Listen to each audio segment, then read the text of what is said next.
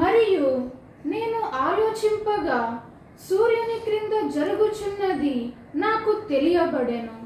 వడిగలవారు పరుగులో గెలవరు, బలము గలవారు యుద్ధమునందు విజయమొందరు.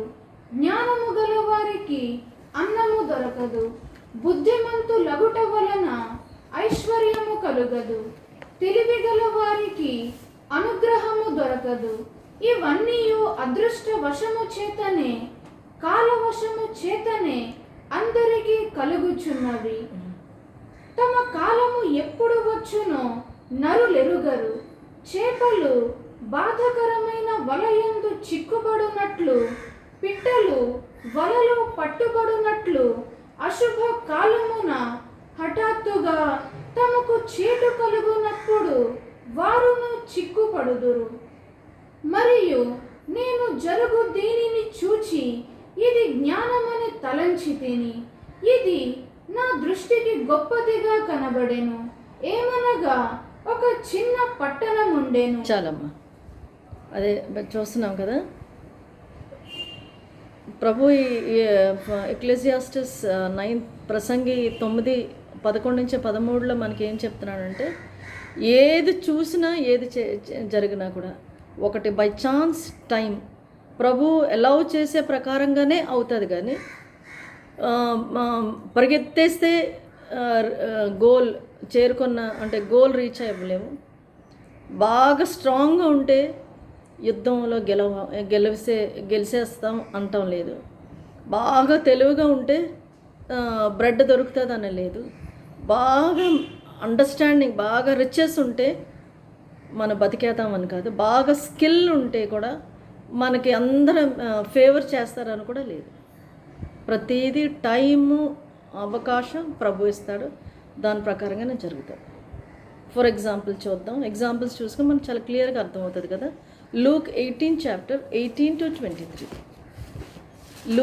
లూకా 18:18-23 వరకు. ఒక అధికారి ఆయనను చూచి, సద్బోధకుడా, నిత్య జీవమునకు వారసుడనగుటకు నేనేమి చేయవలెనని ఆయనను అడిగాను. అందుకు యేసు, నేను సత్పురుషుడనని ఎలా చెప్పుచున్నావు? దేవుడొక్కడే తప్ప మరి ఎవడును సత్పురుషుడు కాడు. జాన్ 13:1 అమ్మ.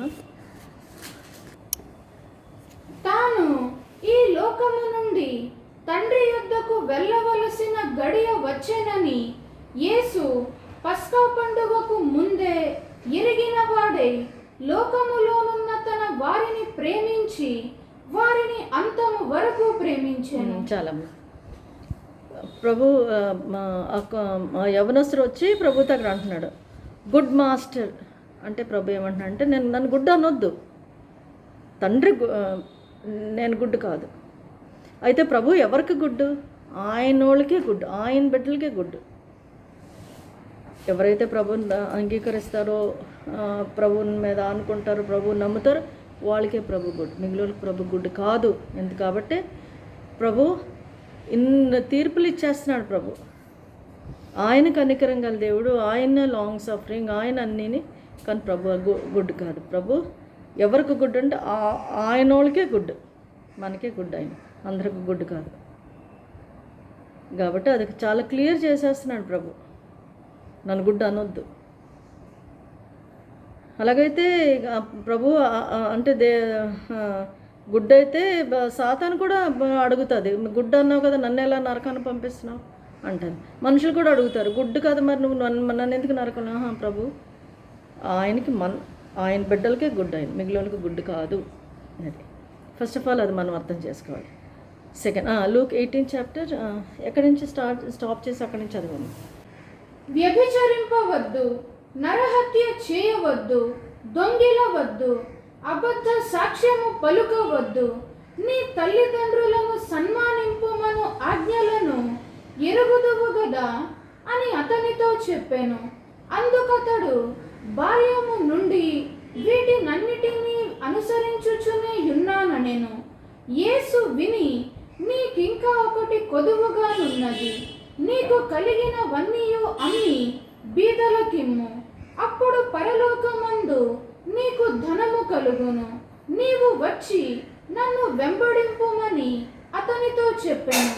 అతడు మిక్కిలి ధనవంతుడు గనుక ఈ మాటలు విని మిక్కిలి వ్యసనపడగా, యేసు అతని చూచి, ఆస్తి గలవారు దేవుని రాజ్యం. చాలమ్మా, ఎంతో ఇంకా మరి మనం చూడగలిగితే ఎంత రేస్లో ఎంత ముందున్నాడంటే, ఆ వయసులో ఆ గమనిక కలిగి ప్రభువుని వెంబడించాలని అన్ని కమాండ్మెంట్స్ చేసేసాడు. ఇప్పుడు ఆయన చెప్పేది ఎవరికి చెప్తున్నాడు? ఆ కుర్రోడు వచ్చి ప్రభుకే చెప్తున్నాడు. నేను తప్పు నుంచి నేను చేస్తూనే ఉన్నాను, ఇవన్నీ నేను చేస్తూనే ఉన్నాను. ఇప్పుడు మనం ఎవరితో గట్టిగా మాట్లాడగలం? ప్రభుతోటే గట్టిగా మనలో మనం పొరపాటు లేకపోతే మనం గట్టిగా మాట్లాడగలం. అదేనా ప్రభుతో మాట్లాడుతున్నాడు గట్టిగా. అదిగా ఇవన్నీ నేను చిన్నప్పటి నుంచి నేను చేస్తున్నాను, ప్రభు దానికి ఏం అనట్లేదు. ప్రభు దాన్ని యాక్సెప్ట్ చేసేస్తుంది, ఎందుకంటే ఇతను చేసే వ్యక్తి అతను. ఎంతోమంది మరి అంత గట్టి మాటలు ఎవరు అనలేకపోయారు. ఈ కుర్రోడు అన్నేస్తున్నాడు, చాలా ఫాస్ట్గా పరిగెత్తుకొచ్చేస్తున్నాడు. కానీ ఆఖరికి లాస్ట్లో ప్రభు అన్నాడు, సరే నీకున్నదంతా కూడా పేదలకు ఇచ్చేసి నన్ను వెంబడించు అన్నమన్న వెంటనే చాలా సారఫుల్ అయిపోయి చాలా బాధపడిపోయి వెనక్కి తిరిగి వెళ్ళిపోతాడు. ప్రభు అదే అంటున్నాడు. ఎక్లెసియాస్టిస్ 9 చాప్టర్ ఏంటిది, ప్రసంగి 9:11. మరియు నేను ఆలోచింపగా సూర్యుని క్రింద జరుగుచున్నది నాకు తెలియబడెను. వడిగలవారు పరుగులో గెలువరు. అది ఒక స్పీడ్గా పరిగెత్తేస్తున్నాం, మేము తప్పకుండా గెలిచిపోవటం గ్యారంటీ లేదు.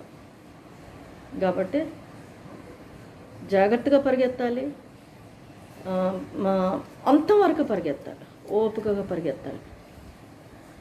కాబట్టి మనం అదే ప్రభు అంటే అదే బై ఛాన్స్ ఇలాగ ఒక ఛాన్స్ ఇలాగ ఇస్తాడు ప్రభు. కానీ ఛాన్స్ ప్రభు ఇస్తాడు. ప్రభుతో పట్టుకుని ఉంటే, ప్రభా ఇదిగో ఇలా పరిగెడుతున్నాను, నాకు అర్థం అవ్వట్లేదు, ఎలా పరిగెడుతులేదు ప్రభా, నువ్వు నాకు సహాయం చేయి, పరిగెత్తగలిగి సహాయం చేయి ప్రభా, కరెక్ట్ డైరెక్షన్లో పరిగెడతానికి సహాయం చేయండి ప్రభా అని ప్రభుత్వం అడుక్కుని ప్రభుత్వం లీనైపోయి మనం పరిగెడితే ప్రభు పరిగెత్తించేస్తాడు. లేకపోతే ఇదిగో ఇప్పుడు ఈ యువకుడు ఏ విధంగా అయితే అడ్డంగా దొరికిపోయాడో, సకానికి ఆగిపోయాడో, మనం కూడా ఆగిపోయే ఛాన్సెస్ ఉంది. నెక్స్ట్ 12th వర్స్ చూడమ్మా, అదే కావాలి వర్స్. ఇంకా race is not of the swift తర్వాత ఇంకొక మాట ఉంది కదా, బలము గలవారు యుద్ధమునందు విజయముందరు. ఇది చాలా స్ట్రాంగ్ కాదమ్మా. అది మనం అనుకుంటున్నాం. చూడు 1 Samuel 17 చాప్టర్ 33 వర్స్. సౌలు ఈ ఫిలిష్తీయుని ఎదుర్కొని వానితో పోట్లాడుటకు నీకు బలము చాలదు, నీవు బాలుడవు. వాడు బాల్యము నుండి యుద్ధాభ్యాసము చేసిన వాడని దావీదుతో అనెను. ఎలాంటోడు అతను, ఆ గొలియాత్ ఎలాంటోడు మనకు తెలుసు కదా. అలాంటోడు దగ్గరికి దావీదు వెళ్తున్నాడు యుద్ధానికి. అసలు మనం ఊహించగలం అసలు మనం గెలుస్తామని. చూడమ్మా 45. దావీదు, నీవు కత్తియు ఈటెయు బల్లెమును ధరించుకొని నా మీదికి వచ్చుచున్నావు. అయితే నీవు తిరస్కరించిన ఇశ్రాయేలీయుల సైన్యములకు అధిపతియగు యెహోవా పేరట నేను నీ మీదికి వచ్చుచున్నాను. ఈ దినమున యెహోవా నిన్ను నా చేతికి అప్పగించును. నేను నిన్ను చంపి నీ తల తెగవేతును. ఇశ్రాయేలీయులలో దేవుడున్నాడని లోక నివాసులందరూ తెలిసికొనున్నట్లు నేను ఈ దినమున ఫిలిష్తీయుల యొక్క కళేబరములను ఆకాశ పక్షులకును భూమృగములకును ఇత్తును. 47 అమ్మా. అప్పుడు యెహోవా కత్తి చేతను ఈటె చేతను రక్షించువాడు కాడని ఈ దండు వారందరూ తెలిసికొందురు. యుద్ధము యెహోవాదే, ఆయన మిమ్మును మా చేతికి అప్పగించునని చెప్పాను. ఆ ఫిలిష్తీయుడు లేచి దావీదును కలియుటకై అతనికి ఎదురుపోగా 50 అమ్మ, 51. దావీదు ఫిలిష్తీయుని కంటే బలాఢ్యుడై ఖడ్గము లేకయే బడిసెలతోనూ రాతితోనూ ఆ ఫిలిష్తీయుని కొట్టి చంపెను. వాడు బోర్ల పడగా దావీదు పరుగెత్తిపోయి ఫిలిష్తీయుని మీద నిలుచుండి వాని కత్తి వరదోసి దానితో వాని చంపి వాని తలను తెగవేశాను. అదమ్మా అదే అంటున్నాడు కదా మరి. సాల్ ఏమంటున్నాడు, రాజు ఏమంటున్నాడు? 33 చదువు మళ్ళీ ఒకసారమ్మా. సౌలు ఈ ఫిలిష్తీయుని ఎదుర్కొని వానితో పోట్లాడుటకు నీకు బలము చాలదు, నీవు బాలుడవు. వాడు బాల్యము నుండి యుద్ధాభ్యాసము చేసిన వాడు. ఎవరు గెలవాలి మరి? అలాగైతే గొలియాతే గెలవాలి. చెప్పేస్తున్నాడు రాజు అని సాల్ చెప్పేస్తున్నాడు, నువ్వు బాలుడువు. వాడు బాలు టైం నుంచి వాడికి యుద్ధాలు అలవాటు, బాగా యుద్ధ శూరుడాడు, నువ్వు గెలవలేమని చెప్పేస్తున్నాడు. అయితే మరి ఎవరు గెలవలసింది? గొలియాతే కదా గెలవలసింది. పైగా నాడికి బోల్డ్ కవరింగ్స్ అంతా పైనుంచి కింద వరకు కవర్ పెట్టుకున్నాడు. జస్ట్ ఈ నొసల వరకు కవర్ లేదు కానీ మిగిలినంతా కవరే. మరి ఎవరు చంపారు? కాబట్టి ప్రభు అంటున్నాడు. మరి అది చూడమ్మా, battle is not of the strong. అది చదువు ఒకసారి. అందులోనే 11th చాప్టర్ ప్రసంగి 9 11thలో యుద్ధం. బలము గలవారు యుద్ధమునందు విజయముందరు. అది మనం అర్థం చేసుకోవాలి. కానీ మరి దావీదుకి జయం ఎలాగొచ్చింది? యుద్ధం ఎలా ఆడగలిగాడు? బాలుడు కదా, మరి ఆడేం శూరుడు కదా, మరి ఎలా గెలగలిగాడు? టైం ఛాన్స్ ప్రభు ఇవ్వబట్టి, ప్రభు ఎస్ అనబట్టి, లేకపోతే ఆల్మోస్ట్ ఇంపాసిబుల్ కదా. కాబట్టి ప్రభు అంటున్నాడు, బ్యాటిల్ స్ట్రాంగ్ అని మీరు అనుకోవద్దు. జస్ట్ ప్రభు ఉంటేనే అది, లేకపోతే అవ్వదు. ఎప్పుడు కూడా చాలా స్ట్రాంగ్ తప్పకుండా గెలుస్తాడు అన్నది మనకి ప్రభు. అది టైం ఛాన్స్ ప్రభుది.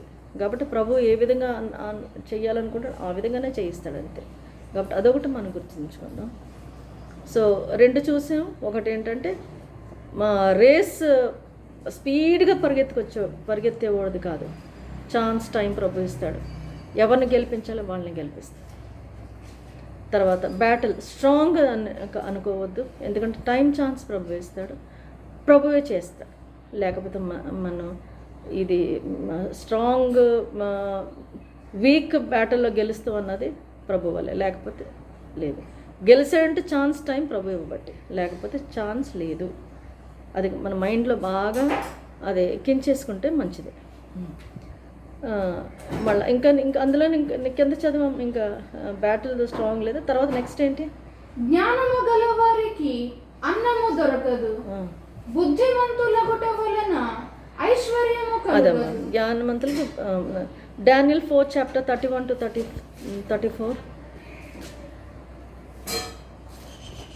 రాజు నోట ఈ మాట ఉండగా ఆకాశము నుండి ఒక శబ్దము వచ్చెను. ఏదనగా, రాజుకు నెబుకద్నెజరు, ఇదే నీకు ప్రకటన.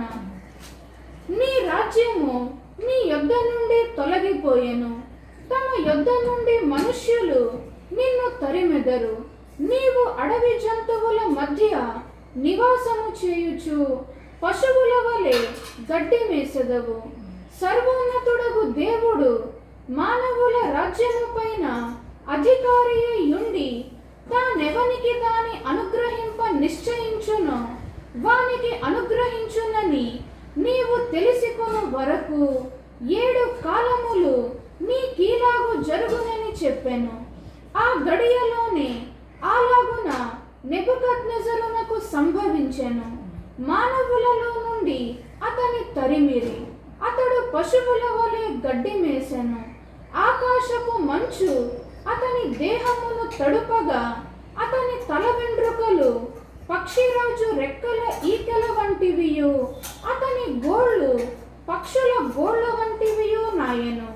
ఆ కాలము గడిచిన పిమ్మట నెబుకద్నెజరును నేను మరల మానవ బుద్ధి గలవాడనై నా కండ్లు ఆకాశము తట్టు ఎత్తి చిరంజీవియు సర్వోన్నతుడునగు దేవుని స్తోత్రము చేసి ఘనపరచి స్తుతించితిమి. ఆయన ఆధిపత్యము చిరకాలము వరకు, ఆయన రాజ్యము తరతరములకు నున్నవి.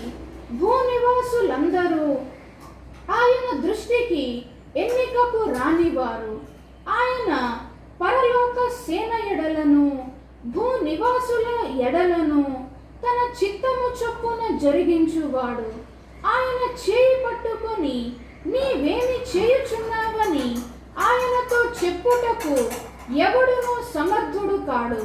ఆ సమయమందు నా బుద్ధి మరలా నాకు వచ్చెను. రాజ్య సంబంధమగు ప్రభావమును. చాలమ్మా, చూస్తున్నావు ఎంత డేంజరస్ కదా. ఏదో చాలా జ్ఞానంగాలోనే బ్రెడ్ దొరుకుతుందని మనం అనుకుంటాం, భోజనం జరుగుతుందని మనం అనుకోదు. చూడు ఎంత పెద్ద స్థాయిలో ఉన్నా సరే ఏ పరిస్థితిలో ప్రభు పంపించేసాడో చూస్తున్నాం మనం. చూడు, గడ్డి తినటానికే పెట్టేశాడు, బ్రెడ్ కదా గడ్డి. చూడు, కాబట్టి మళ్ళా తిరిగి మళ్ళా నార్మల్ స్టేట్ తీసుకొస్తానికి మళ్ళీ ప్రభువే తీసుకురావచ్చాడు. ఆయన ప్రభువుని వేడుకున్నాడు. ప్రభా ఇది వేడుకున్నప్పుడు ప్రభు మళ్ళీ తిరిగి బ్యాక్ ఇతన్ని ఈ స్టేట్లో మళ్ళీ తిరిగి తీసుకొస్తాడు. ప్రతి ఒక్కరిని గ్రహింప చేస్తాడు. నేనే దేవుడిని, నేనేమన్నా చేస్తాను, నేను ఎలాగన్నా చేస్తాను. బ్రెడ్ వైజ్గా ఉంటే బ్రెడ్ దొరుకుతుంది మీరు అనుకోవద్దు, గడ్డు కూడా పెట్టేస్తాను అన్నది నాకు నేను అర్థమైంది మెసేజ్లో. కాబట్టి ఇది గమనించు. అది ఫస్ట్ మనం చూసాం, రేస్ పరిగెత్తేస్తే మనం గెలిచిపోతాం అన్నది లేదు. బాగా స్ట్రాంగ్గా ఉంటే మనం యుద్ధం గెలిచేస్తామని లేదు. చాలా వైస్గా ఉంటే మన బ్రెడ్ దొరికేదని లేదు. ఎందుకంటే బ్రెడ్ ఆపేసేసి గడ్డి తినిపించేవాడు కూడా ప్రభు. కాబట్టి ఇవన్నీ కూడా మన మైండ్లోకి ఎక్కాడు. ఎప్పుడో నెబుకద్నెజరుకి సెన్స్లో మళ్ళీ ప్రభు జ్ఞానం ఇచ్చాడు. ప్రభు దగ్గర ప్రభు దగ్గర ఇలా ఎత్తుకుని ప్రార్థన చేసుకుంటాను ప్రభు బుద్ధి ఇచ్చాడు. కాబట్టి మళ్ళీ తిరిగి తను రెక్టిఫై అవ్వగలిగాడు. లేకపోతే అది కూడా ఇవ్వకపోతే ఇంకంతే. సరే, కాబట్టి చాలా జాగ్రత్తగా ఇదంతా కూడా ప్రభు చేతుల్లో ఉన్నాయి. టైం అండ్ ఛాన్స్ ప్రభు ఇస్తున్నాడు. ఇలా కూడా ఇస్తాడు ఛాన్స్, టైం, ఇలా కూడా ప్రభు ఇస్తాడు. కాబట్టి మనం ప్రభు మీద ఆధారపడతామే, లేకపోతే చాలా డేంజరస్ స్టేట్లో తీసుకొచ్చే ఛాన్సెస్ ఉన్నాయి. తర్వాత ఇది చూడమ్మా, నోరెట్ ఎక్లీసియాస్టిస్, ఇంకా నెక్స్ట్ లైన్ అది చదవమ్మా. అందులోనే ఎక్లీసియాస్టిస్ 9th chapter నెక్స్ట్ అందులోనే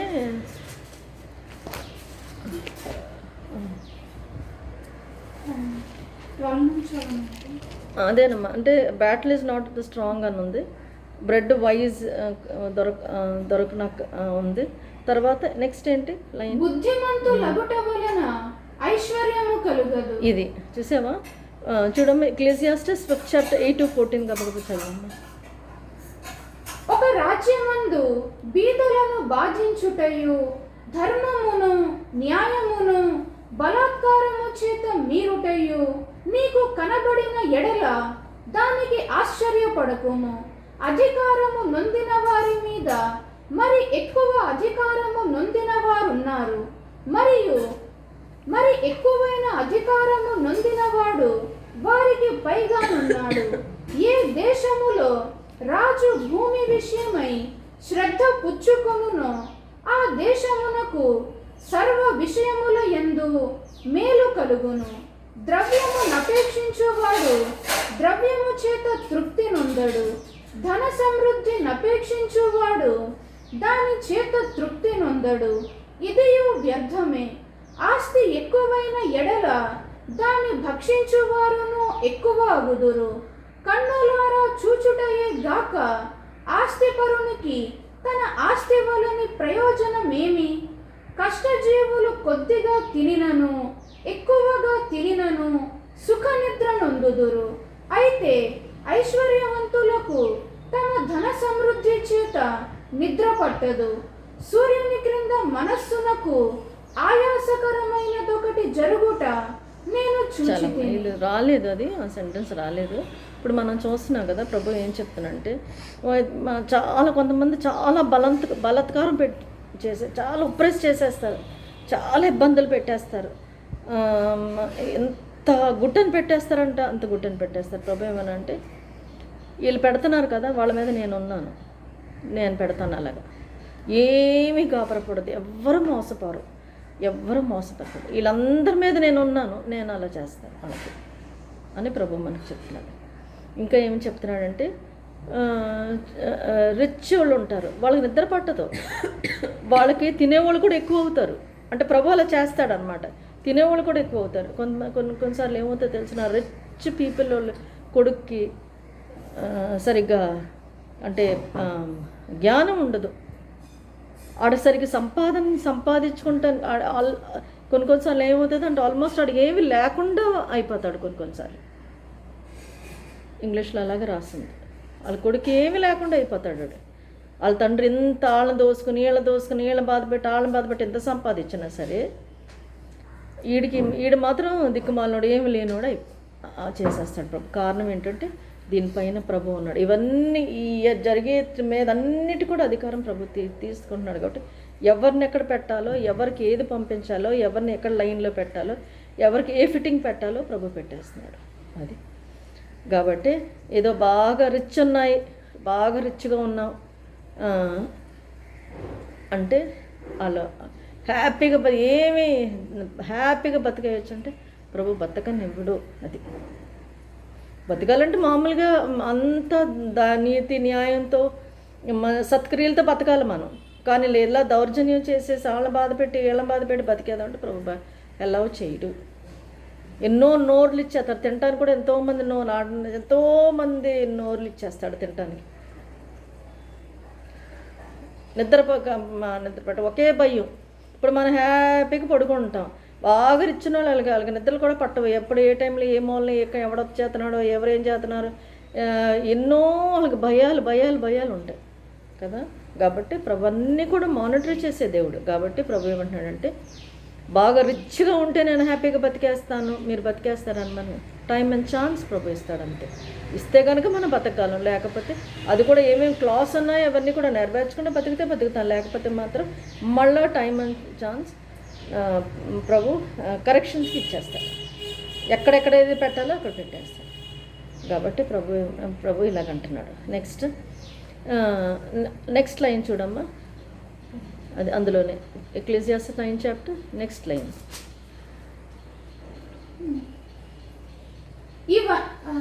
తెలివి గల వారికి అనుగ్రహము దొరకదు.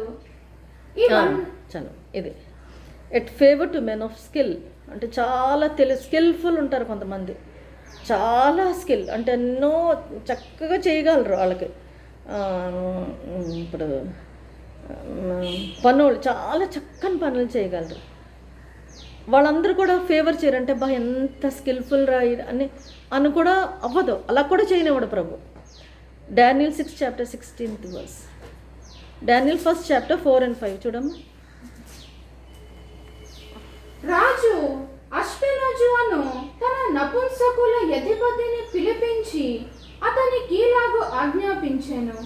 ఇశ్రాయేలీయుల రాజవంశములలో ముఖ్యులై లోపము లేని సౌందర్యమును సకల విద్యా ప్రవీణతయు జ్ఞానమును గలిగి తత్వజ్ఞానము తెలిసిన వారై రాజు నగరనందు నిలువదగిన కొందరు బాలురను రప్పించి కల్దీయుల విద్యను భాషను వారికి నేర్పుము. మరియు రాజు తాను భుజించు ఆహారములో నుండి తాను పానము చేయు ద్రాక్షారసములో నుండి అనుదిన భాగము వారికి నియమించి 3 సంవత్సరములు వారిని పోషించిన పిమ్మట వారిని తన ఎదుట నిలువబెట్టునట్లు ఆజ్ఞ ఇచ్చెను. యూదులలో నుండి దానియేలు, హనన్య, మిషాయేలు, అజర్యా అనువారు వీరిలో నుండిరి. నపుంసకుల అధిపతి దానియేలునకు బెల్తెషాజరు అనియు, హనన్యాకు షద్రకనియు, మిషాయేలునకు మేషాకనియు. చాలమ్మా, వీళ్ళంతో స్కిల్ఫుల్ పీపుల్ అంటే చాలా బాగా స్కిల్ ఉన్న మనుషులు అనమాట. స్కిల్ని ఏమంటారు? నిపుణత కలిగిన మనుషులు వీళ్ళు. అలాంటి వాళ్ళందరినీ గ్యాదర్ చేశాడు. Daniel 6th chapter 16th verse చూడండి. విద్యలు బాగా విద్య ఉన్న మనుషులు వీళ్ళు. అలాంటి వాళ్ళందరినీ గ్యాదర్ చేస్తాడు ఆ రాజు. చదవమ్మా 6th చాప్టర్ 16th వర్స్. అంతటా రాజు ఆజ్ఞ ఇయ్యగా బంట్రోతులు దానియేలును పట్టుకొని పోయి సింహముల గుహలో పడద్రోసిరి. చాలమ్మా. మరి ఎంతో ఫేవర్ కదా, ఎంతో దయ పొందిన వాళ్ళు కదా ఈ మనుషులు. ఎందుకంటే ఎంతో విద్య కలిగిన మనుషులు కదా, అంత చక్కగా ఏరు తెచ్చుకున్నాడు, ఎంచి తెచ్చుకున్నాడు. మరి ఏంటి సింహ బోన్లు వేసేసాడు? అదే మనకు అర్థమవుతుంది ఏమంటే, చూడమ్మా, అదే ఎక్లీసియాస్టిస్ 9th చాప్టర్, అలా favour to men of skill అది ఉంటుంది కదా, చదువుది. తెలివి గల వారికి అనుగ్రహము దొరకదు. అదే ఏది ఎక్కడ దొరికింది తనకి అనుగ్రహం? వెళ్ళి సింహం బోన్లు వేసేసారు. కాబట్టి టైం అండ్ ఛాన్స్ ప్రభు ఇస్తాడు అంతేనమ్మా. ఏది కూడా మనకు పనికిరాదు, ఏది కూడా ఏ టైంలో ఏది కూడా మనకు అవ్వచ్చు. ఒకటే మనం ఒక్కటే గమనించుకోవాలి ఏంటంటే ప్రభువుతో ఉండాలంతే, అన్నీ సక్రమంగా జరుగుతుంది. లేకపోతే టైం అండ్ ఛాన్స్ ప్రభుది కాబట్టి ఎలాగైనా పెడతాడు ప్రభు. అది మనం నేర్చుకున్నాం. ప్రభుతో ఉండాలి, ప్రభు ఏం చెప్తే చేస్తూ ఉండాలి, ప్రభుకి భయపడి ఉండాలి, ప్రభా అని ఉండాలి. అప్పుడు కానీ మనకి అదే ఎక్లీసియాస్టిస్ 9th చాప్టర్ 12-13 మళ్ళీ ఒకసారి చదవమ్మా. తమ కాలము ఎప్పుడు వచ్చునో నరులెరుగరు. చేపలు బాధాకరమైన వలయందు చిక్కుబడినట్లు, పిట్టలు వలలో పట్టుబడినట్లు అశుభ కాలమున హఠాత్తుగా తమకు చేటు కలుగునప్పుడు వారును చిక్కుపడుదురు. అదమ్మా, ఈ డేంజర్ ఎప్పటికైనా ఎవరికన్నా ఎంత బలంగా ఉన్నా, ఎంత స్పీడ్గా పరిగెత్తినా, ఎంత జ్ఞానంగా ఉన్నా, ఎంత విద్య ఉన్నా తప్పకుండా పట్టుబడిపోతారు. అదే చేపలు ఏ విధంగా వల్ల పడతాయో, పెట్టలు ఏ విధంగా పడిపోతాయో అదే విధంగా మనం కూడా సన్ ఆఫ్ మ్యాన్ అని ఇంగ్లీష్లో ఉంది. వాళ్ళు ఎలాంటి ఉచ్చులో పడిపోకుండా అని ప్రభు చెప్తున్నాడు. కాబట్టి చూద్దాం, ఇవన్నీ కూడా ఏది కూడా వీళ్ళు రక్షించలేకపోతున్నారు. ఇంత ఎక్స్ట్రీమ్, ఇప్పుడు ఆ యువకుడు మనం చూసాడు, ఎంత మంచి యువకుడు ఆడు. ఏది సకంలో పోయాడు అంతే, ఇంకా బుక్ క్లోజ్ చేసాడు ప్రభు.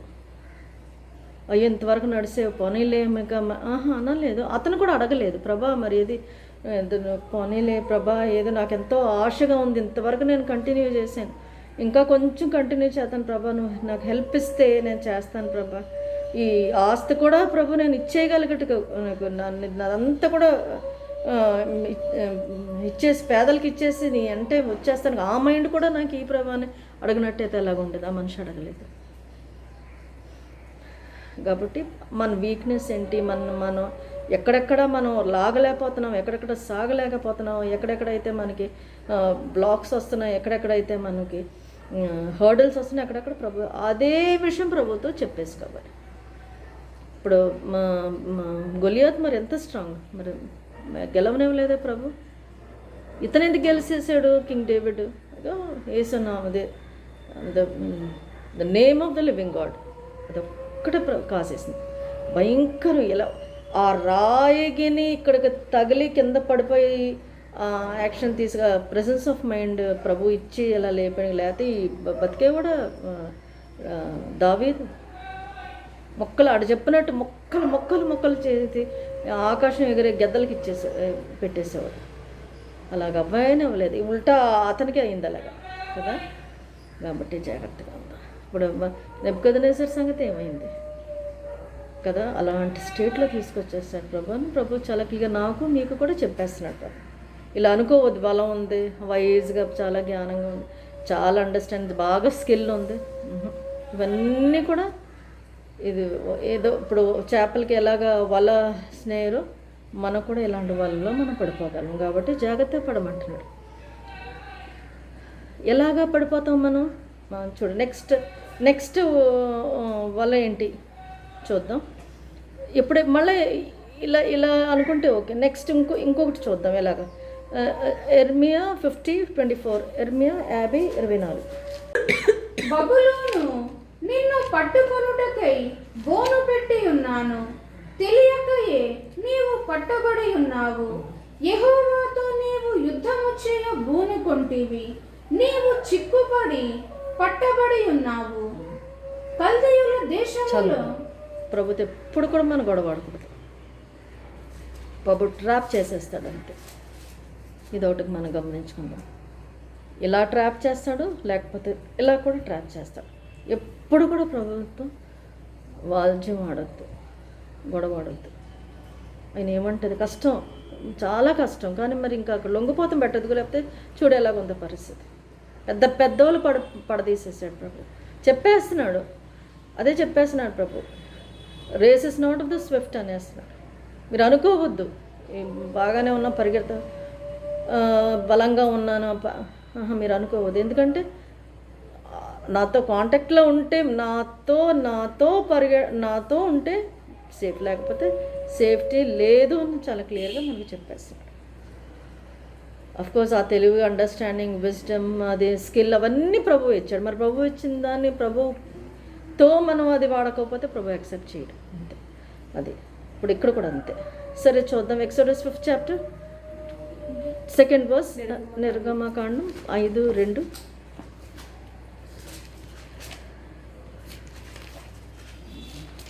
ఫరో, నేను అతని మాట విని ఇశ్రాయేలీయులను పోనిచ్చుటకు యెహోవా ఎవడు? నేను యెహోవాను ఎరుగను, ఇశ్రాయేలీయులను పోనీయను. అది చూసాము ఎలాంటి మాటలు మాట్లాడుతున్నాడు. యెహోవా ఎవరు అంట, నేను పోనేమనంట.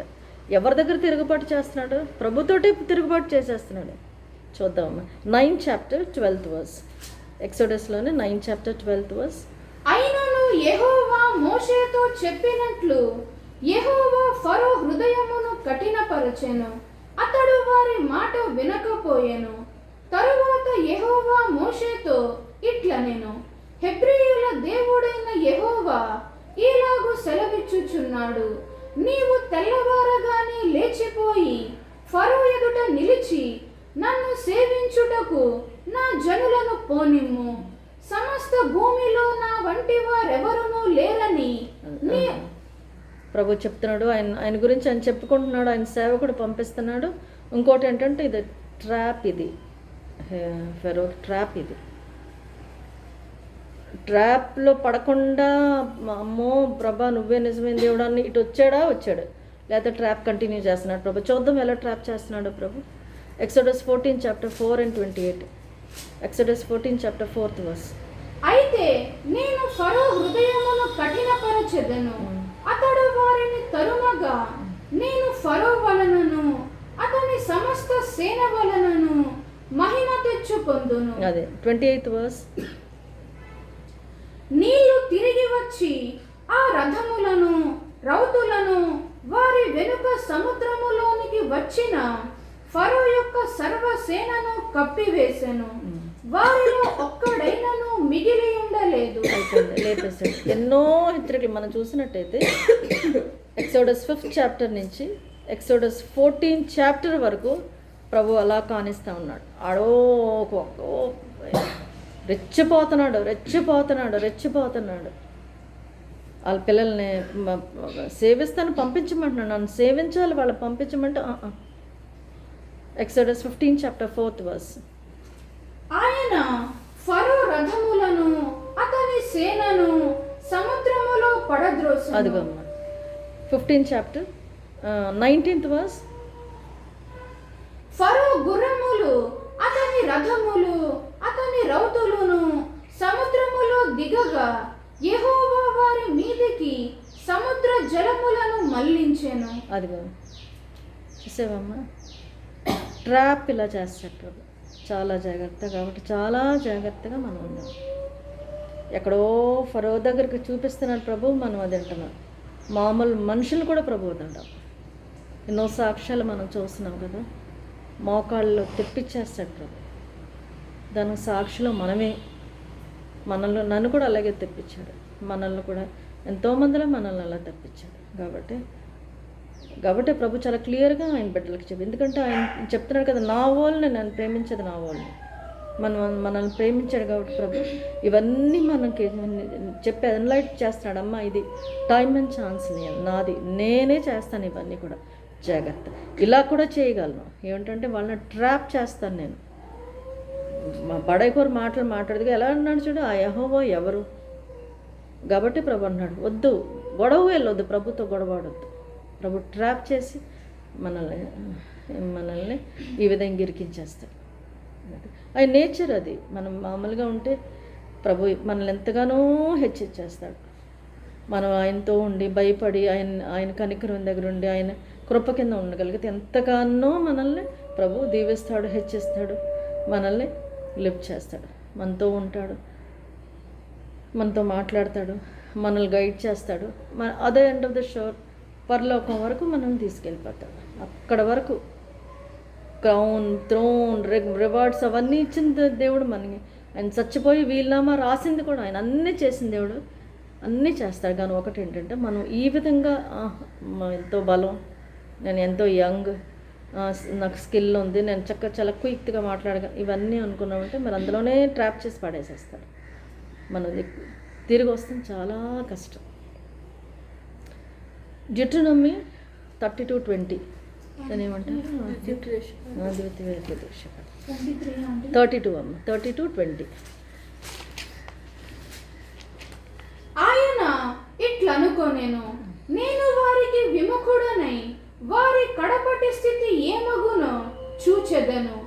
వారు మూర్ఖ చిత్తము గలవారు, విశ్వాసము లేని పిల్లలు, వారు దైవము కాని దాని వలన నాకు రోషము పుట్టించిరి. అదమ్మా ప్రభు చాలా కోపం ఎలా అంటాడు, ఏంటంటే ఫెయిత్ లేను ప్రభు అంటే నమ్మకం ఉండదు. అలాంటి వాళ్ళు అంటే ప్రభు ఏమన్నాడు, వాళ్ళంతా నేను చూస్తాను అంటున్నాడు. ఇదొక డేంజర్. ఇది కూడా మనకు ట్రాప్ అవ్వచ్చు. సపోజ్ మనం విశ్వాసం లేకపోతే ప్రభుని అడుగుదాం, ప్రభు నాకు సరే విశ్వాసం లేదు. విశ్వాసం ఎలాగొస్తుందో, ఆయన వాక్యం వినటం వల్ల విశ్వాసం వస్తుంది కదా. వాక్యం వినకపోతే మనకు విశ్వాసం రాదు. దేవుని వాక్యం వినటం వల్లే విశ్వాసం వస్తుంది, లేకపోతే విశ్వాసం రాదు. కాబట్టి ప్రభు ఏమంటున్నాడు, నేను నీ అంతం చూసేస్తాను. కాబట్టి మనకి ఇక్కడ మనకు విశ్వాసం లేనప్పుడు ప్రభు దగ్గరికి వెళ్ళి అడగాలి, ప్రభా నాకు విశ్వాసం తక్కువ ఉంది ప్రభా, ప్లీజ్ సహాయం చేయి ప్రభా, దయచేసి నీ మీద నమ్మకం పుట్టేలాగా అని చెప్పుకొని మనం ఆయన వాక్యం ఎక్కువ వింటూ ఉండాలి. ఆటోమేటిక్గా ప్రభు ఇచ్చిన మాట బట్టే మనకు ఎలాగో అది ఆటోమేటిక్గా ఫాలో అయిపోతుంది, మనకు విశ్వాసం వస్తుంది. సరే చూద్దామమ్మా. Ruth first chapter first verse. న్యాయాధిపతులు ఏలిన దినముల యందు దేశములో కరువు కలుగగా యూదా బెత్లెహేము నుండి ఒక మనుష్యుడు తన భార్యను తన 2 కుమారులను వెంటబెట్టుకొని మోయాబు దేశమున కాపురముండుటకు వెళ్ళెను. ఆ మనుష్యుని 3rd verse. నయోమి పెనిమిటి అయిన ఎలీమెలకు చనిపోయిన తరువాత ఆమెయు ఆమె 2 కుమారులను నిలిచి ఉండిరి. 5th and 6th.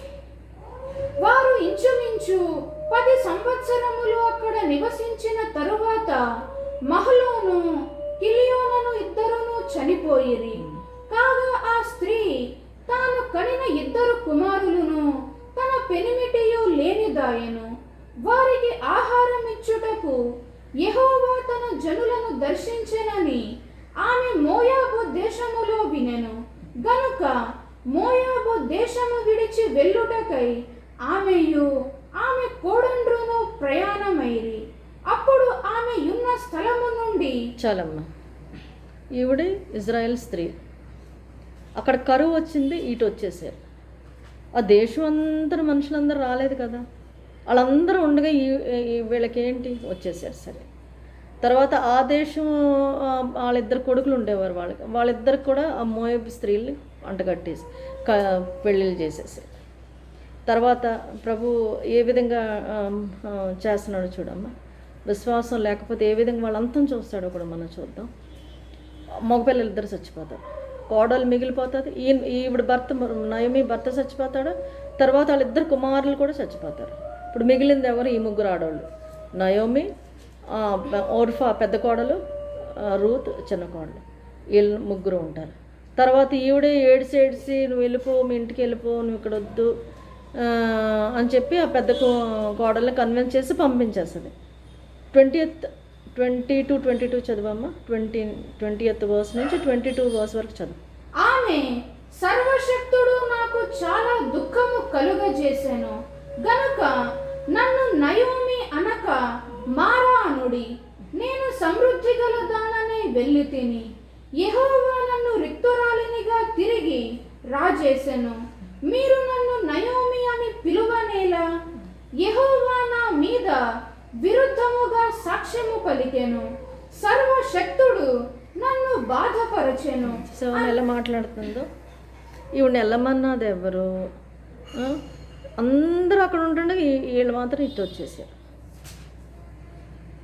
అక్కడే ఉండి ప్రభుని ప్రార్థన చేసుకుని, ప్రభు కష్టంగా ఉంది, అందరూ కష్టాలు ఉన్న వాళ్ళందరూ వచ్చేసారు, వాళ్ళు ఎవరు రాలేదు, అక్కడే ఉన్నారు కదా.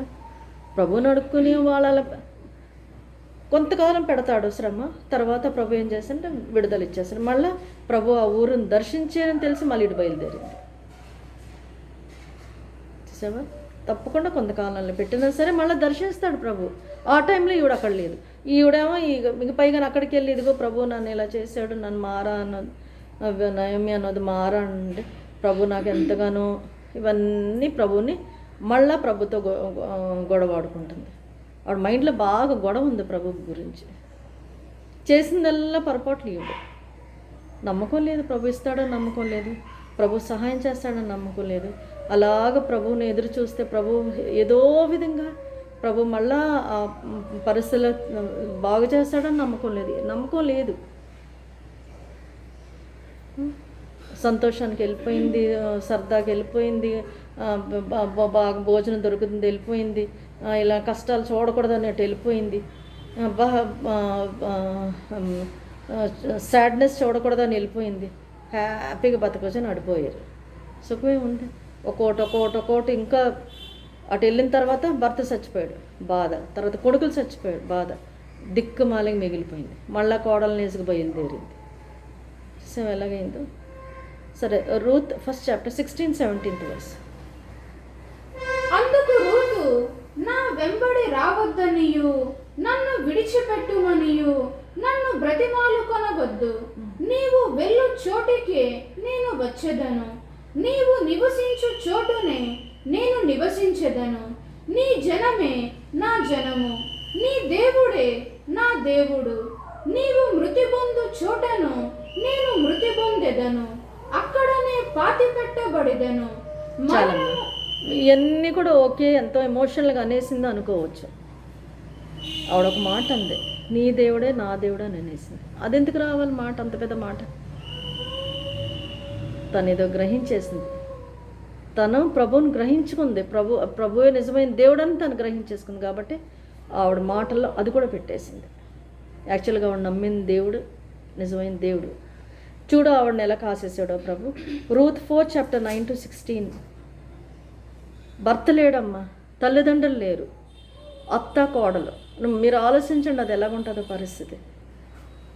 చూడు ఎంత లగ్జరీకి, ఎంత అంటే సుఖభోగాలకి అలవాటు అయిపోయిన మనిషి, ఎంత తిట్లుకోది మనిషి చూడు. ఆలోచించుదాం. ప్రభువేనే తిట్టేస్తుంది ఆవిడ, ప్రభువుని గురించే సనుగేసుకుంటుంది. అంటే ఎలాంటి మైండ్ సెట్ ఆవిడ. చూడు, ఆవిడతో ఈవిడ వెంట వచ్చేస్తుంది. నేను వెళ్ళననేసింది, నన్ను బతమాలొద్దు, నన్ను పంపించొద్దు, నేను నీతోటే ఉంటాను అంటుంది.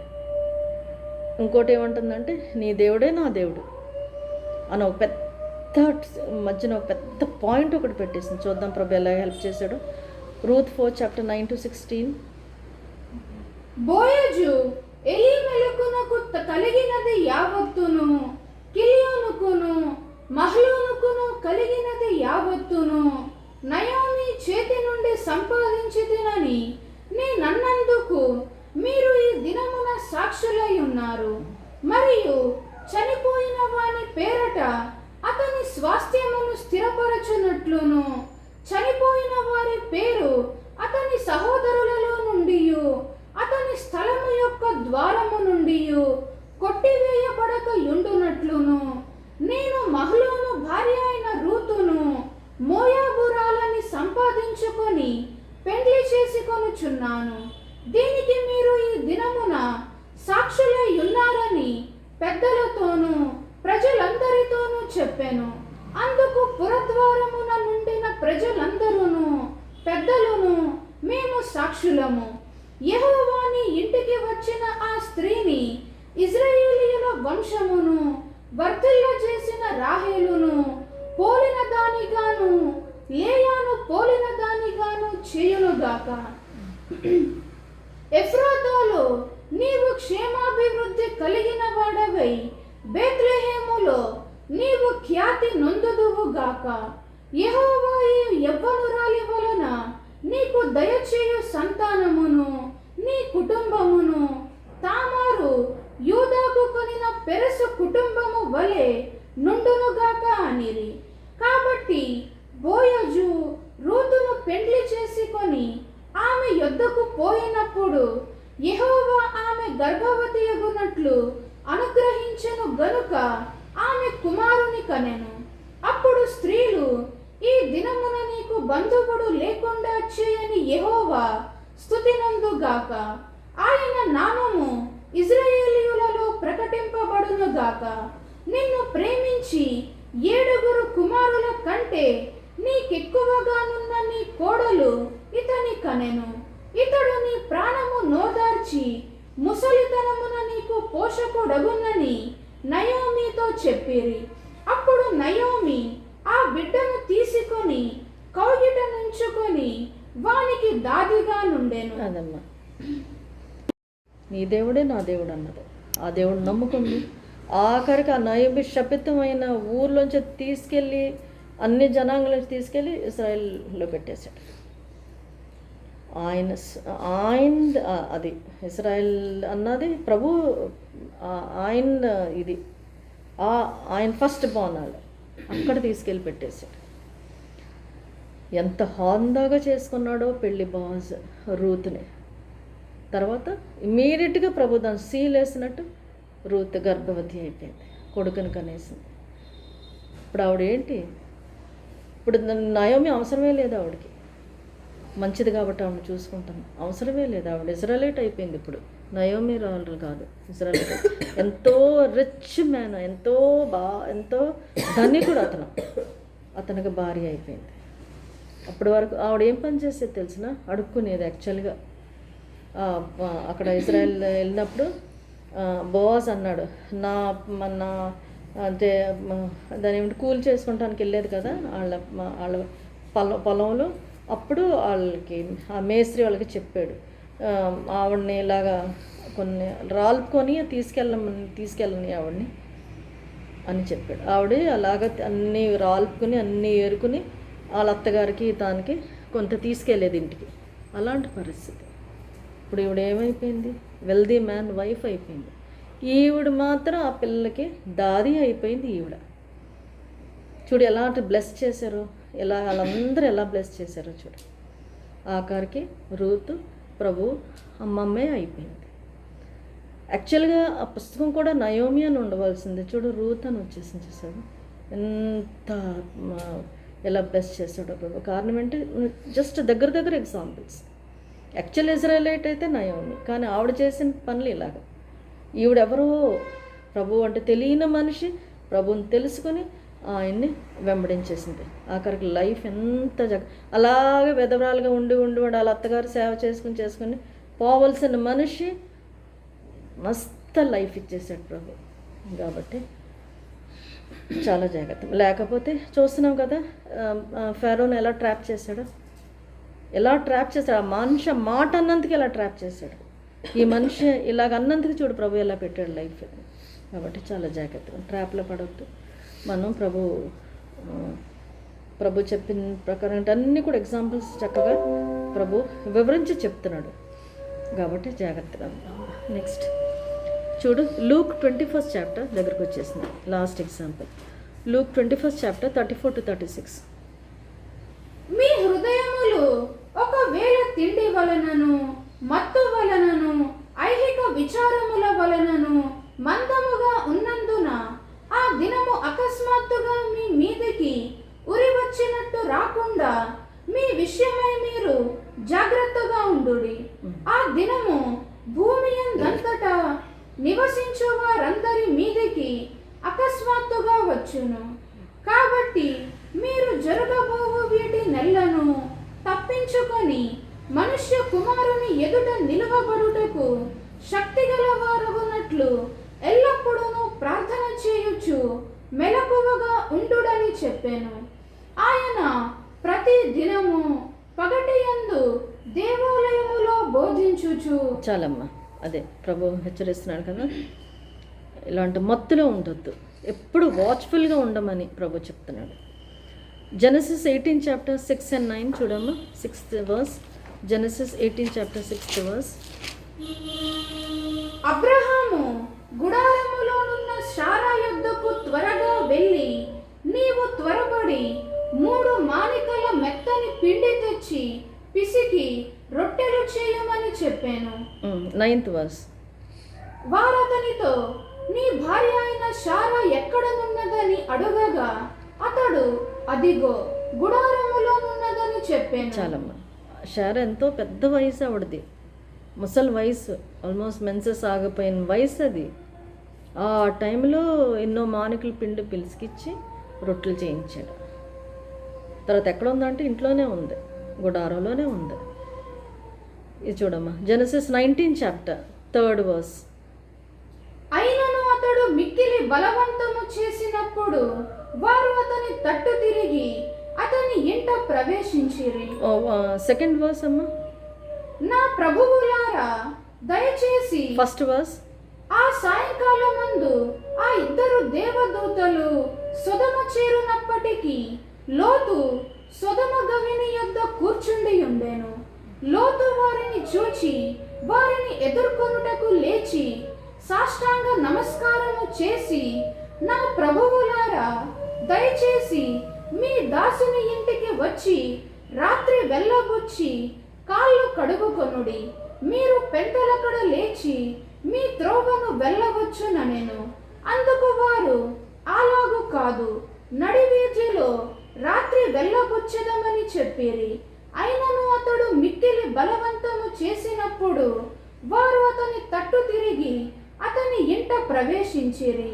అతడు వారికి విందు చేసి పొంగని రొట్టెలు కాల్చగా వారు భోజనము చేసిరి. చాలమ్మా, ఇక్కడ 18 చాప్టర్లో మనం చూసామంటే ఎవరు చేస్తున్నారు ఆ రొట్టెలు? శారా చేస్తుంది ఆ వయసులో. మరి ఇక్కడ ఏం చేస్తున్నాడు ఏంటి? 12th verse. అప్పుడు ఆ మనుష్యులు లోతుతో, ఇక్కడ నీకు మరి ఎవరున్నారు? నీ అల్లుని, నీ కుమారులను, నీ కుమార్తెలను, ఈ ఊరిలో నీకు కలిగిన వారినందరినీ వెలుపలికి తీసుకొని రమ్ము. చాలు, ఎక్కడ కనబట్టలేదు వైఫ్, అక్కడెక్కడ ప్రస్తావన లేదు వైఫ్ గురించి. 14th verse.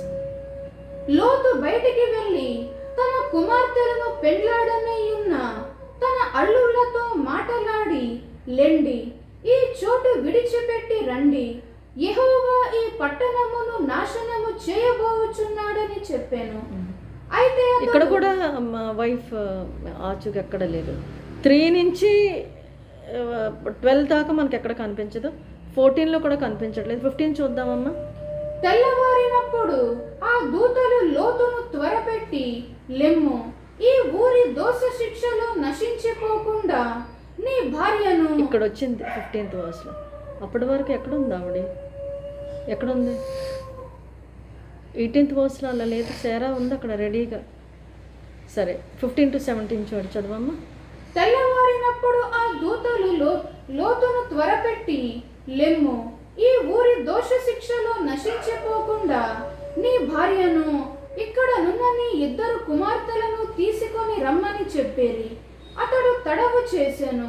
అప్పుడు అతని మీద యెహోవా కనికరపడుట వలన ఆ మనుష్యులు అతని చేతిని, అతని భార్య చేతిని, అతని 2 కుమార్తెల చేతులను పట్టుకొని వెలుపలికి తీసుకొని వచ్చి ఆ ఊరి బయట నుంచిరి.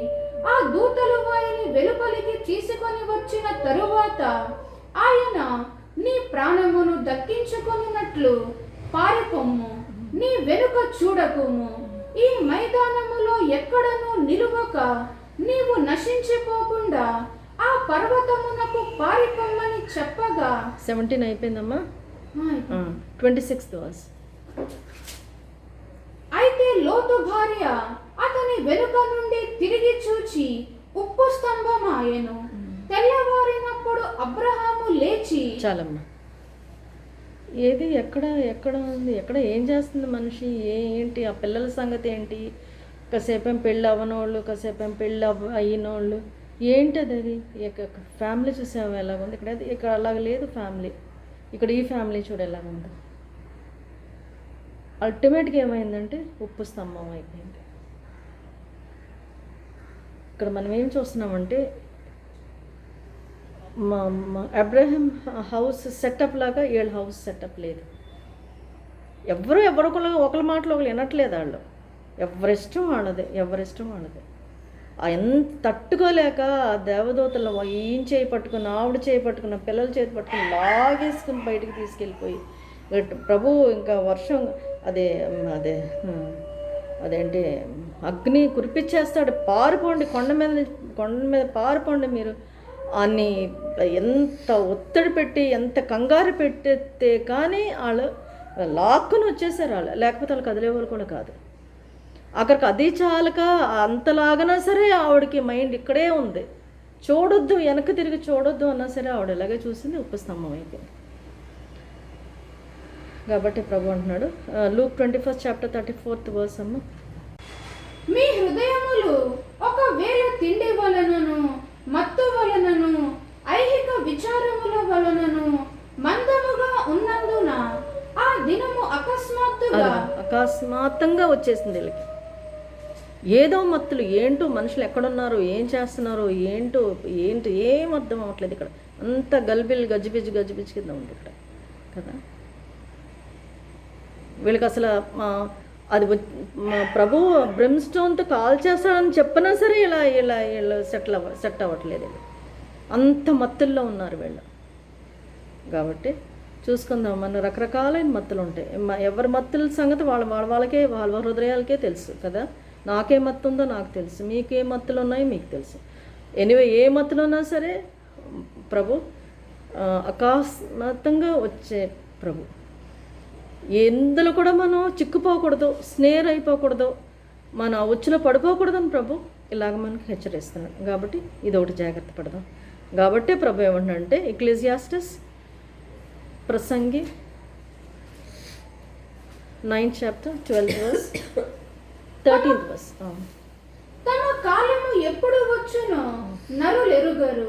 చేపలు బాధకరమైన వలయందు చిక్కుబడునట్లు, పిట్టలు వలలో పట్టబడినట్లు అశుభ కాలమున. చాలా అదే నరులు ఎప్పుడు వస్తుందో తెలియదు అని మనకు ముందే చెప్తున్నాడు. చూడు, ఆల్ ఆఫ్ ఎ సడన్ వలేస్తారు, చేపలు పట్టేసుకుంటారు.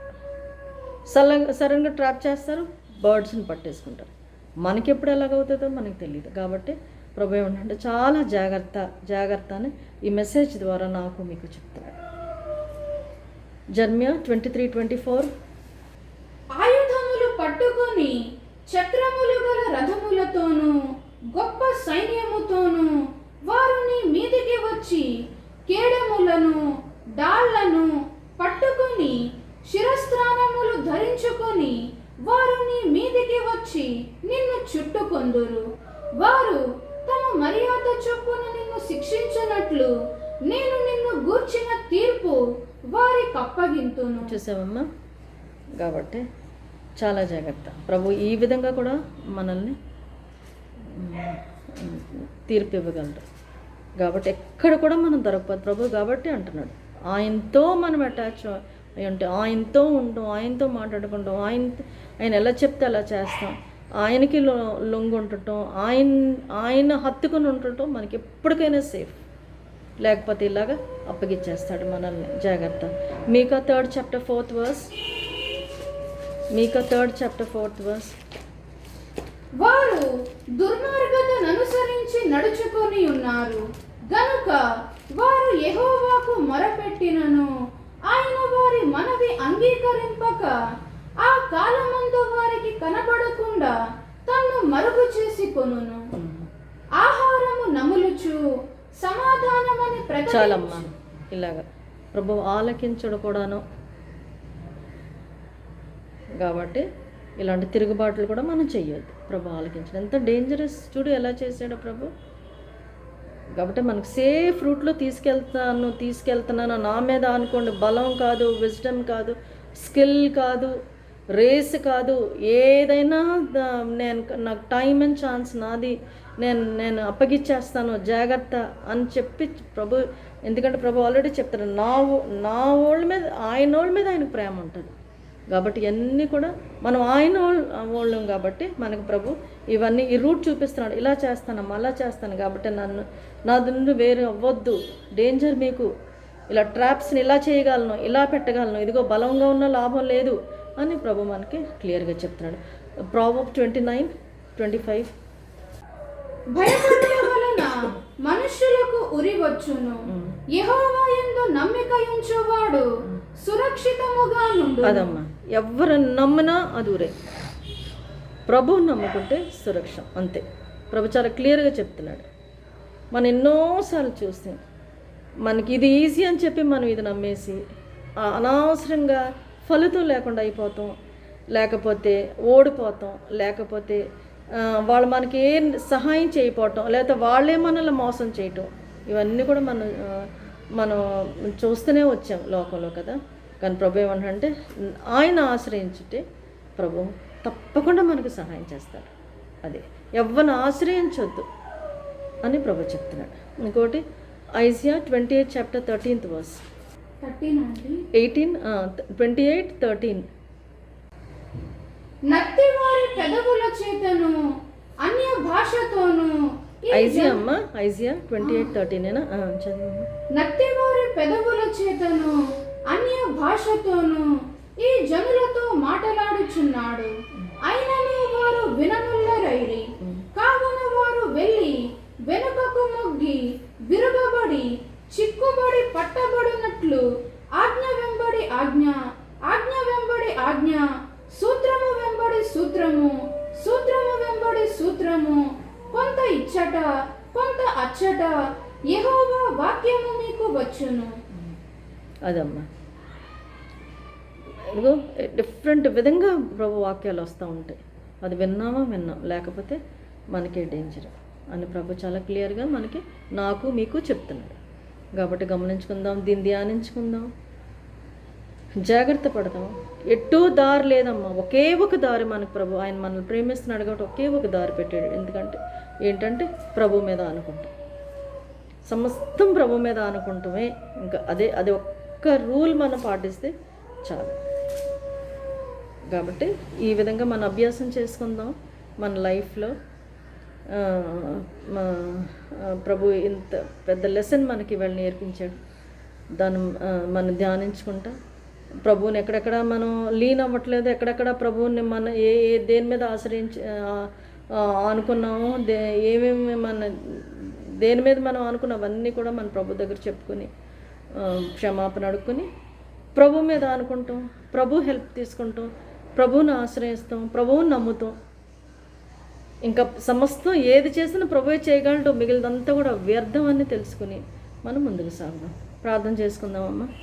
నా ప్రభా, ఘనుడ, మహోన్నతుడ, పరిశుద్ధుడ, నిత్య నివాసి, మరొకసారి తండ్రి ప్రభా, ఎంతో గొప్ప వాక్యం ప్రభు మాకు చెప్పినందుకే మీకు వందనాలు దేవా.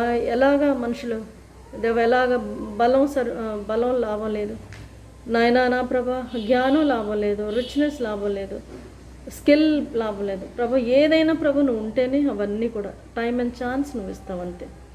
ఎవరికన్నా సరే, ఎలాంటి వాళ్ళకైనా నాయన మేము సరిగ్గా లేకపోతే నువ్వే ట్రాప్ చేసి ప్రభు దేవా మమ్మల్ని శిక్షించగలవు. కాబట్టి అలాంటి మీ కోపం కింద రాకుండా ప్రభు నాయన, మీ కృప కింద ప్రభు బతికినంతకాలం మీ కృప కింద ఉండి మీ దయలో పొంది ప్రభు బతకగలడికి సహాయం చేయమని మీ పాదాల దగ్గరకు వస్తున్నాను. కృప చూపించండి నాయన, నా ప్రభా, నా తండ్రి దేవా. ప్రభా, ఇది మేము మర్చిపోకుండా ప్రభు నాయన, నా ప్రభా, నరాలు ఇది ఎక్కి ప్రభు దేవ మా ఫెయిత్ పెంచుకుంటానికి సహాయం చేయమని మీ పాదాల దగ్గరికి వస్తున్నాను. దేవ మౌనిక కూడా ప్రభు ఈవేళ వాళ్ళ బాబాయ్ వాళ్ళ ఇంటికి వెళ్తుంటాడుగా ప్రభు సహాయం చేయండి ప్రభు. నాయనా నా ప్రభు నా తండ్రి దేవా ఎక్కడెక్కడైతే పాపం జరుగుతుందో దేవా అదంతా కూడా ప్రభు మీరు అరికట్టి దేవా బిడ్డ దేవా తన చేసే ప్రయత్నంలో ప్రభు మీరే సహాయం చేయమని మీ పాదం. ఎవరు కూడా ప్రభు దేవా బిడ్డను మోసగించకుండా లేకపోతే ఎవరు కూడా ప్రభు బిడ్డని ఎలాంటిది కూడా ప్రభు హాని చేయకుండా ప్రభు మీరే దేవా మీరే కంచుకు వేయమని మీ పాదాల దగ్గరికి వస్తున్నాను తండ్రి. నాయన మీ నామ దాన్ని రక్షించలాగన ప్రభు దేవా మిమ్మల్ని మీ మీద ఆనుకుని ప్రభు దేవా గొప్ప గొప్ప యుద్ధాలు ఆడగలటకు సహాయం చేయమని దేవా వాళ్ళ ఫ్యామిలీని ప్రభు అది సెట్ చేసుకుంటాను సహాయం చేయండి నాయన. ఏదేది ప్రభు ఏవేమి అనవసరమైన ఏమేమి ఉన్నాయి అవన్నీ కూడా ప్రభు బిడ్డతోటి ఇవన్నీ దేవా తీసేయించమని ప్రభు మీ పాదాల దగ్గరికి వస్తున్నాను. ఎందుకంటే అది నమ్ముకున్న దేవుడు జీవంగల దేవుడు మహోన్నతమైన తండ్రి దేవా మమ్మల్ని దేవా నన్ను తన్నే ప్రేమించిన దేవుడు ప్రభు దేవా నువ్వు మాకే ఉపకారవి నాయన కాబట్టి సహాయం చేయమని మీ పాదాల దగ్గరికి వస్తున్నాను. ఇప్పుడు చూపించండి నాయన.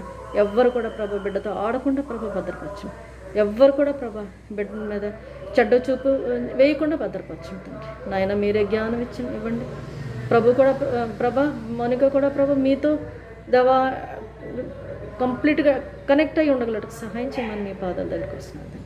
ఇప్పుడు చూపించమండి దానికి సిగ్గు అవమానం నాయన నేను నమ్మిలో ఎన్నడూ సిగ్గుపడనివ్వనా నా ప్రభు. నాయన బిడ్డలు కూడా సిగ్గుపడకుండా మీరే జయం దయచేయమని మీ పాదం దగ్గరికి వస్తున్నాను ప్రభు.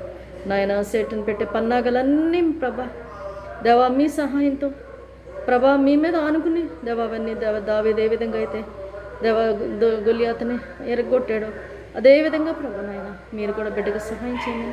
మీ సహాయంతో ప్రభా అన్నీ దేవా అనవసరమైనన్నీ కూడా ప్రభు దేవా తెంపేయగలడు ప్రభు మీరే సహాయం దయచేయమని మీ పాదాల దగ్గరికి వస్తున్నది. రాకపోకల్లో మీరే ఉండి బిడ్డను కాచి కాపాడమని ప్రభు నాయన కృప చూపించమని దేవా మళ్ళా మంచి ఫ్యామిలీగా వాళ్ళందరూ కలుసుకుని సంతోషంగా ప్రభు నాయన నా తండ్రి తల్లి బిడ్డలు దేవా వాళ్ళందరూ కలిసి సంతోషించి ఆనందించేలాగా ప్రభు అవి మేము చూడగలటకు సహాయం చేయండి. మీ చిత్తమైతే వాళ్ళ మందిరానికి రాగలటు మీ బిడ్డలు అవ్వగలగడు ప్రభు.